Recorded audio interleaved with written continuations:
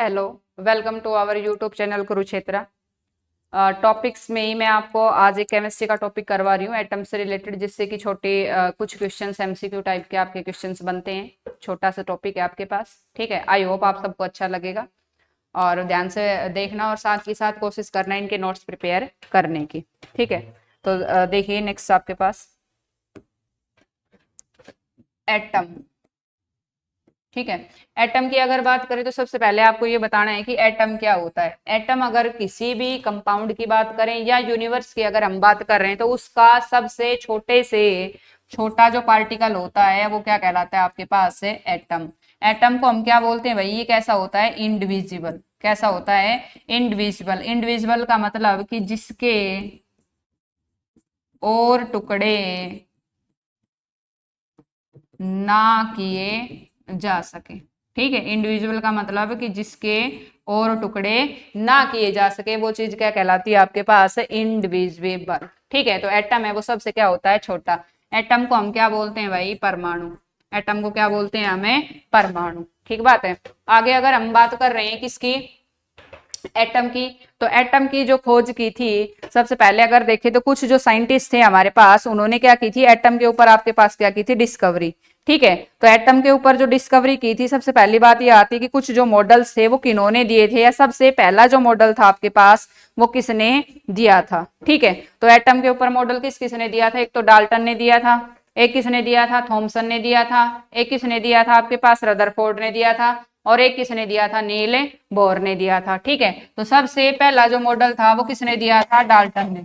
किसने दिया था डाल्टन ने। पहला मॉडल किसका था डाल्टन का, जिसको क्या बोलते हैं डाल्टन मॉडल, ठीक है। डाल्टन ने मॉडल दिया था वो कौन से सन में दिया था 1803 में, ठीक है। डाल्टन के बाद दूसरा सेकंड जो नंबर आता है वो किसका आता है थॉमसन का। किसका आता है भाई थॉमसन का। और थॉमसन ने जो मॉडल दिया था वो किस में दिया था 1903 में। किस में दिया था भाई 1903 में। थर्ड थिंग अगर हम बात करें तो मॉडल किसने दिया था एटम से रिलेटेड, किसने दिया था रदरफोर्ड ने। किसने दिया था रदरफोर्ड ने। और रदरफोर्ड ने दिया था लगभग 1911 में। रदरफोर्ड ने कब दिया था लगभग 1911 में। और उसके बाद फिर किसकी बारी आई हमारे पास, किसकी जो लास्ट आपके पास अल्टीमेट था जो कि आज तक हम यूज कर रहे हैं वो किसने दिया था नील बोर ने। किसने दिया था नील बोर ने। और नील बोर ने किस में दिया था हमारे पास 1913 में, ठीक है। चार हमारे पास क्या आए थे साइंटिस्ट आए थे। सबसे पहला कौन सा आया था डाल्टन आया था, दूसरा कौन सा आया था थॉमसन आया था, तीसरा कौन सा था रदरफोर्ड था, और चौथा कौन सा था नील बोर था। जाहिर सी बात है कि इनके मॉडल्स में कुछ खामियां थी, जैसे कि डाल्टन के मॉडल में कुछ खामियां थी जिनको कि इंप्रूव किसने किया था थॉमसन ने।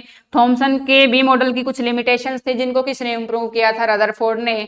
और रदरफोर्ड के मॉडल में भी हमारे पास कुछ ऐसी लिमिटेशंस थी या कमियां रह गई थी जिसको किसने इंप्रूव किया था नील बोर ने, ठीक बात है। अब देखिए अगर हम बात करते हैं एटम की, तो एटम के जो मेन पार्ट्स होते हैं वो हमारे पास कितने लेके चलते हैं हम तीन।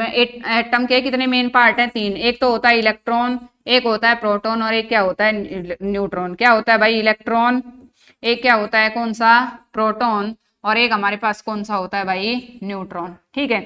इलेक्ट्रॉन को हम किससे रिप्रेजेंट करते हैं ई से, प्रोटॉन को किससे पी से, और न्यूट्रॉन को किससे एन से। देखो इनके ऊपर क्या होते हैं चार्ज होते हैं। किसके ऊपर क्या चार्ज होता है, देखो पी से प्रोटॉन और पी से कैसा चार्ज होता है पॉजिटिव। देखो चार्ज दो ही तरीके का होता है भाई, या तो चार्ज कैसा होगा पॉजिटिव या चार्ज कैसा होगा नेगेटिव, दो ही तरीके के चार्ज है। तो पी से प्रोटॉन और पी से कैसा हमारे पास है पॉजिटिव, पॉजिट्रॉन सॉरी पी से प्रोटॉन और पी से क्या हो गया पॉजिटिव। अब न्यूट्रॉन की अगर बात करें न्यूट्रॉन और क्या हो जाएगा न्यूट्रल। न्यूट्रॉन और न्यूट्रल, न्यूट्रल का मतलब जिसके ऊपर कोई चार्ज नहीं है, यानी जिसके ऊपर चार्ज कैसा है हमारे पास है जीरो। अब बच गया कौन सा चार्ज है नेगेटिव चार्ज, ठीक है। कौन सा चार्ज बच गया भाई नेगेटिव। तो जो इलेक्ट्रॉन होते हैं वो कैसे होते हैं नेगेटिवली चार्ज, ठीक है। अगर बात कर रहे हैं किसकी प्रोटॉन न्यूट्रॉन इलेक्ट्रॉन की, तो जो एटम होता है उसके न्यूक्लियस के अंदर, एटम के न्यूक्लियस के अंदर क्या प्रेजेंट होते हैं प्रोटॉन और न्यूट्रॉन। प्रोटॉन प्लस न्यूट्रॉन है वो कहाँ पे होते हैं एटम के न्यूक्लियस में। कहाँ होते हैं एटम के न्यूक्लियस में कौन प्रेजेंट होते हैं प्रोटॉन प्लस न्यूट्रॉन। और इस प्रोटॉन प्लस न्यूट्रॉन के कॉम्बिनेशन को एक नाम दिया गया है, और वो नाम क्या दिया गया है न्यूक्लियॉन्स। क्या नाम दिया गया है उसको न्यूक्लियॉन्स। क्वेश्चन बन सकता है कि भाई जो न्यूक्लियंस होते हैं वो कहाँ प्रेजेंट होते हैं। तो जो न्यूक्लियंस है हमारे पास वो कहाँ प्रेजेंट होते हैं, एटम के न्यूक्लियस में। न्यूक्लियंस कहाँ प्रेजेंट होते हैं, एटम के न्यूक्लियस में। ठीक है, एटम के अगर न्यूक्लियस की बात करें तो ये न्यूक्लियस की जो डिस्कवरी की थी, ये खोज की थी, किसने की थी, रदरफोर्ड ने। एटम के न्यूक्लियस की जो डिस्कवरी की थी वो किसने की थी, रदरफोर्ड ने। ठीक है, देखो सिंपली अगर बात कर रहे हैं एटम की तो वो क्या माना जाता है भाई, कैसी उसका होता है, स्फेरिकल इन शेप का।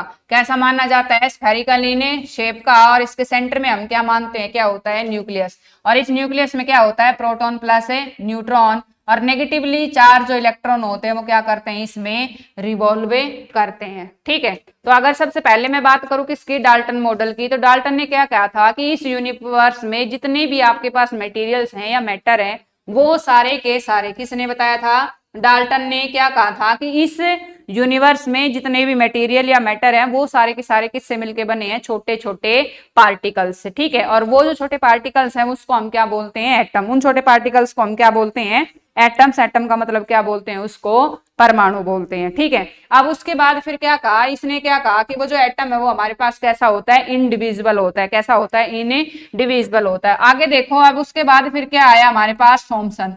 कौन आया डाल्टन के बाद है, थॉमसन। डाल्टन कब आया था, 1803 में। इसके 100 साल के बाद यानी कि लगभग 1903 में हमारे पास कौन आया था, थॉमसन। ठीक है, तो थॉमसन ने क्या कहा कि जो एटम होता है ना वो डिविजिबल होता है। एटम है वो कैसा होता है, डिविजिबल होता है, यानी कि वो क्या कर सकता है, डिवाइड हो सकता है। यानी कि जैसे पर्टिकुलर अगर एटम की बात करें तो उसमें दो तरीके के क्या होते हैं आपके पास, चार्जेज होते हैं। कहीं क्या रखा होता है आपके पास पॉजिटिव, और कहीं के उसमें क्या होता है आपके पास से नेगेटिव। कहीं क्या होता है पॉजिटिव और कहीं क्या होता है नेगेटिव। मीन्स एक पर्टिकुलर क्वांटिटी या स्पेस नहीं है, मीन्स एक स्पेस नहीं है जहां पे आप ये बता सको कि इसमें यहाँ पॉजिटिव है और यहाँ क्या है, नेगेटिव। तो थॉमसन ने जो एटम की अगर बात करें किसकी कंपैरिजन की, तो वो किसके साथ की थी, एक वाटरमेलन के साथ। ठीक है, वाटरमेलन जो होता है, जिस प्रकार से एक वाटरमेलन में क्या भरे होते हैं, सीड्स यानी कि बीज भरे होते हैं, इसका कहना ये था उसी प्रकार से एटम के अंदर क्या होता है, पॉजिटिव चार्ज भरा होता है। ठीक बात है। अब लेकिन फिर क्या हुआ आगे कुछ, जब इन से एक्सपेरिमेंट हमने करके देखे तो वहां पे इसकी डिस्कवरी क्या हो गई, फेल। ठीक है, क्योंकि वैसे इसने कहा कि एटम कैसा होता है, न्यूट्रल होता है, लेकिन अब इसने कहा कि पॉजिटिव क्या होता है, इस पे ज्यादा, नेगेटिव इस पे क्या होता है, कम होता है। ठीक है, तो यहाँ ये क्या हो गया, फेल। अब थॉमसन के बाद फिर हमारे पास कौन आया, रदरफोर्ड। फिर कौन आया, रदरफोर्ड। रदरफोर्ड ने किसकी डिस्कवरी की थी, न्यूक्लियस की। रदरफोर्ड ने किसकी डिस्कवरी की थी, न्यूक्लियस की। और वो कब की थी, 1911 में। रदरफोर्ड ने एक्सपेरिमेंट किया था किसका, अल्फा स्कैटरिंग एक्सपेरिमेंट। पूछा जा सकता है भाई अल्फा स्कैटरिंग जो एक्सपेरिमेंट था वो किसने किया था, तो अल्फा स्कैटरिंग जो एक्सपेरिमेंट था वो किसने किया था, रदरफोर्ड ने। रदरफोर्ड ने क्या किया था कि एक थिन गोल्ड फॉयल ली थी और उसके ऊपर अल्फा जो रे उसको क्या करके देखा था, इंसिडेंट करके देखा था। तो इसने देखा कि कुछ जो पार्टिकल्स थे वो डायरेक्ट सीधे उसको क्रॉस करके निकल गए, ज्यादातर ऐसे हैं जो टकरा के क्या आ गए वापिस, और कुछ थोड़े बहुत एंगल से क्या हो गए थे, डेविएट। अब इसने कहा कि जब अल्फा कैसा है हमारे पास पॉजिटिवली चार्ज पार्टिकल है, और जब वो ज्यादातर टकरा के वापिस आ रहे हैं तो जो सेम चार्ज होते हैं वो क्या करते हैं भाई, एक दूसरे को रिपेल। तो इसका मतलब ये हुआ कि जो एटम है उसके सेंटर में ज्यादा क्या है, पॉजिटिव चार्ज। यानी ज्यादातर जो पॉजिटिव चार्ज है वो कहाँ है, उस एटम के सेंटर पे। ठीक है, और उस सेंटर को हम क्या बोलते हैं, न्यूक्लियस बोलते हैं। उस सेंटर को हम क्या बोलते हैं, न्यूक्लियस बोलते हैं। और उस न्यूक्लियस में कितनी चीजें हो गई हमारे पास, दो, प्रोटॉन प्लस न्यूट्रॉन, जिसको कि हम क्या बोलते हैं, न्यूक्लियन। अब बच गया नेगेटिव चार्ज। कह रहे नेगेटिव जो चार्ज है वो कहाँ होता है, इसमें बाहर। नेगेटिव चार्ज है वो कहाँ होता है, इसमें बाहर। और ये जो नेगेटिवली चार्ज जो इलेक्ट्रॉन है वो क्या करते रहते हैं, कंटिन्यू इसमें घूमते रहते हैं। ठीक है, अब जब लगातार इलेक्ट्रॉन घूमेंगे तो क्या होगा भाई, उनकी एनर्जी का लॉस होगा। अब लॉस होने के बाद क्या होगा, जब धीरे धीरे इनकी एनर्जी घटती चली जाएगी तो एक टाइम ऐसा होगा कि ये कहाँ के गिर जाएंगे, न्यूक्लियस में। ठीक है, तो उस समय एटम कैसा हो जाएगा आपके पास है, कोलैप्स। एटम कैसा हो जाएगा, कोलैप्स, यानी कि सिकुड़ जाएगा, खत्म हो जाएगा। इसका मतलब उसी में ही तो आपके पास प्लस, उसी में ही आपके पास क्या आ गया, माइनस। ठीक है, तो एटम का तो अस्तित्व भी क्या हो जाएगा, खत्म हो जाएगा। तो यहां जाके ये जो रदरफोर्ड था ये बेचारा क्या हो गया था, फेल। ठीक है, ज्यादा हद तक तो इसकी थ्योरी क्या थी, मीन्स इसका मॉडल क्या था, वो सक्सेसफुल था, लेकिन उसमें ये कमी रह गई कि ये जो इलेक्ट्रॉन था इसको ये लगातार जो एनर्जी का लॉस हो रहा था ना, ठीक है, जिस वजह से वो कहाँ आके फॉल डाउन हो सकता था, किसमें, न्यूक्लियस में, यहाँ आके ये क्या हो गया था, फेल हो गया था। ठीक बात है। अब इन चीजों को इंप्रूव करने के लिए हमारे पास सबसे लास्ट में कौन सा मॉडल आया था, तो वो मॉडल आया था कौन सा, नील बोर का। कौन सा मॉडल आया था, नील बोर का। और नील बोर ने 1913 में क्या किया, इसने जो स्टेबिलिटी ऑफ एटम के बारे में बताया। किसके बारे में बताया भाई, स्टेबिलिटी ऑफ एटम के बारे में बताया। नील बोर ने क्या कहा भाई, सेंटर में पॉजिटिव है, ठीक है, आई एग्री, लेकिन जो इलेक्ट्रॉन है वो कैसा होता है, नेगेटिवली चार्ज। इसने कहा आई एग्री, इस बात से भी मैं सहमत हूं, लेकिन जो नेगेटिवली चार्ज इलेक्ट्रॉन है वो क्या करता है, जो एटम के बाहर जो सर्कुलर ऑर्बिट्स है उसमें क्या करते हैं, मूव। और ये जो हर एक ऑर्बिट होती है इसकी जो एनर्जी होती है वो क्या होती है, फिक्स होती है। ठीक है, एनर्जी है हर एक ऑर्बिट की क्या होगी, फिक्स होगी। यानी कि इस एक ऑर्बिट में चाहे इलेक्ट्रॉन कितनी ही बार घूमता रहे उसकी एनर्जी में कोई लॉस नहीं होना है। ठीक बात है, ओके देन। उसके बाद अगर इलेक्ट्रॉन क्या जाता है, एक ऑर्बिट से दूसरे ऑर्बिट में जाता है, ठीक है, यानी कि जब चेंज होता है ऑर्बिट में उस समय क्या होता है, या तो लॉस ऑफ एनर्जी होगा या फिर गेन ऑफ एनर्जी। भाई जब ऊपर से यानी कि हायर ऑर्बिट से लोअर में आएगा तो एनर्जी का क्या करना पड़ेगा, लॉस करना पड़ेगा। और जब नीचे से कहां जाएगा, ऊपर, तो हमें उसको कुछ एनर्जी क्या करनी पड़ेगी, देनी पड़ेगी। ठीक है, तो उस समय ही एनर्जी में क्या आएगा, चेंज। अदरवाइज अगर उसी ऑर्बिट में घूम रहा है तो देन उसकी जो एनर्जी है वो क्या रहेगी, कंजर्व। तो लास्ट में ये वाला जो मॉडल था इसने क्या बताई थी, स्टेबिलिटी ऑफ एटम, और यहाँ आके ये क्या हुआ था, सक्सेसफुल हुआ था। आप देखो अगर बात करते हैं एटम के पार्टिकल्स की, तो एटम के पार्टिकल मैंने आपको क्या क्या बताया भाई, इलेक्ट्रॉन, प्रोटॉन और न्यूट्रॉन। इलेक्ट्रॉन, प्रोटॉन और न्यूट्रॉन की अगर बात करें तो अब बात आती है कि इनकी क्या क्या कैरेक्टरिस्टिक्स होती हैं। देखो इलेक्ट्रॉन की अगर डिस्कवरी की बात करें तो इलेक्ट्रॉन की डिस्कवरी किसने की थी, जे जे थॉमसन ने। इलेक्ट्रॉन की डिस्कवरी किसने की थी भाई, जे जे थॉमसन ने। प्रोटॉन की डिस्कवरी इलेक्ट्रॉन, प्रोटॉन और ये क्या हो गया, न्यूट्रॉन। इसकी डिस्कवरी किसने की थी, प्रोटॉन की गोल्डस्टीन ने। और जो न्यूट्रॉन होता है उसकी डिस्कवरी किसने की थी भाई, चैडविक ने।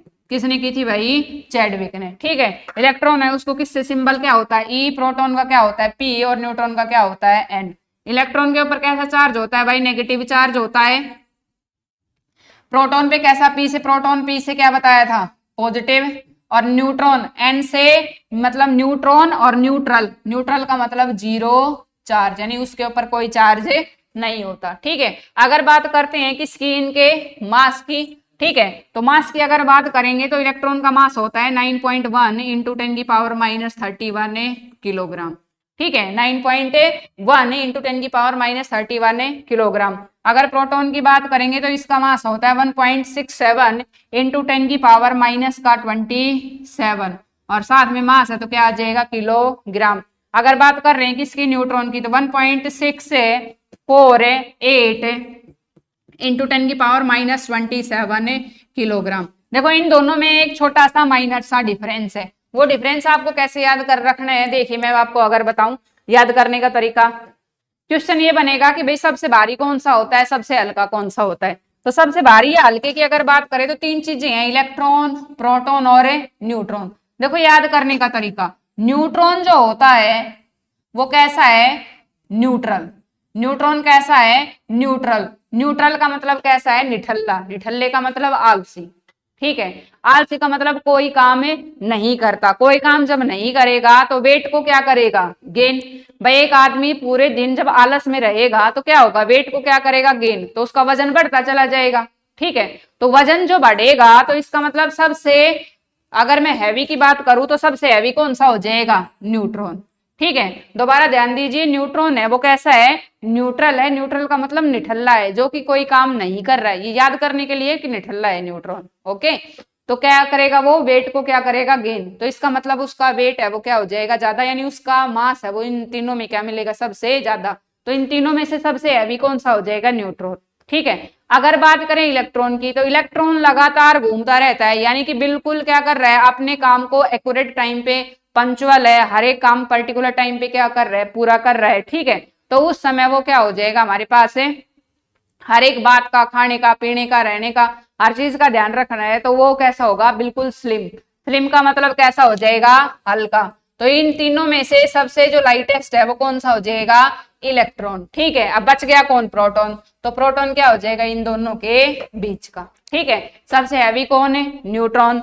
सबसे हल्का कौन है? इलेक्ट्रॉन। और बीच में फिर कौन सा आ जाएगा? प्रोटॉन। ठीक है, इलेक्ट्रॉन की अगर बात करेंगे तो 9.1 इंटू 10 की पावर -30 1 किलोग्राम। अगर बात प्रोटॉन की करेंगे तो 1.67 इंटू 10 की पावर -27 किलोग्राम। और अगर न्यूट्रॉन की बात करेंगे तो 1.648 इंटू 10 की पावर -27 किलोग्राम। ठीक है, अगर बात चार्ज की करते हैं तो इलेक्ट्रॉन पे चार्ज होता है 1.6 इंटू 10 की पावर -19 कूलाम, लेकिन इलेक्ट्रॉन के लिए क्या लगा देंगे भाई? माइनस का साइन। अगर बात किसकी करेंगे? प्रोटॉन की, तो 1.6 इंटू 10 की पावर -19 का कूलाम। ठीक है, प्लस है तो उसको जरूरी नहीं है आप लगाए यहाँ पे। ठीक है, बिना लगाए भी ये बात ऑब्वियसली है कि यहाँ कुछ भी नहीं है, इसका मतलब क्या है?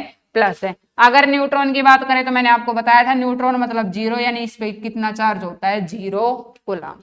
ठीक है, ओके देन। अब एक चीज, एक क्वांटिटी और होती है हमारे पास जो कि क्वेश्चंस में अभी पीछे हमारे पास रिवाइज भी हुई है, दैट इज पॉजिट्रॉन। क्या है भाई? पॉजिट्रॉन। देखो पॉजिट्रॉन है वो कैसा चार्ज होता है? पॉजिटिव। उस पे चार्ज कैसा होता है? पॉजिटिव। हमारे पास क्वेश्चन ये आया था कि जो पॉजिट्रॉन होता है वो चार्ज में यानी कि आवेश में किसके सिमिलर होता है? ठीक है, तो एक हिसाब से अगर देखें तो प्रोटॉन पे कैसा था? पॉजिटिव। और पॉजिट्रॉन पे भी कैसा है? पॉजिटिव। तो चार्ज में किसके सिमिलर हो जाएगा? ये प्रोटॉन के। ठीक है, और वैसे अगर देखें तो इलेक्ट्रॉन का क्या होता है? ये एक एंटी पार्टिकल। एंटी पार्टिकल का मतलब इलेक्ट्रॉन पे कैसा होता है? नेगेटिव। और ये कैसा होता है? पॉजिटिव। तो ये इलेक्ट्रॉन का क्या होता है? एक एंटी पार्टिकल होता है। ठीक है, आगे देखो इसी में ही, अगर पर्टिकुलर किसी हम एटम की बात कर रहे हैं तो हमने मान लिया वो एटम क्या है हमारे पास? एक्स। उसके एटॉमिक नंबर की बात करें तो उसको रिप्रेजेंट करते हैं हम जेड से, और उसका एटॉमिक मास क्या होता है? ए। ठीक है, याद रखने का तरीका भाई कौन सी चीज कहाँ है? तो जो भार होता है, वजन होता है, वो कहाँ रखते हो आप? सिर पे। तो इसलिए ए का मतलब क्या होता है? Atomic mass. मास है तो क्या चीज मिलेगी? भारी। ठीक है, और ये हमारे पास क्या हो गया? Atomic number. अब भार कब बढ़ेगा? जब भाई क्या होगी उसमें? ज्यादा चीजें। अब ज्यादा चीजें क्या होती हैं? एक चीज क्या होती है? प्रोटॉन, और साथ में क्या है उसके? न्यूट्रॉन। एक चीज क्या है हमारे पास? प्रोटॉन, और साथ में उसके क्या है? न्यूट्रॉन। एक मिनट भाई।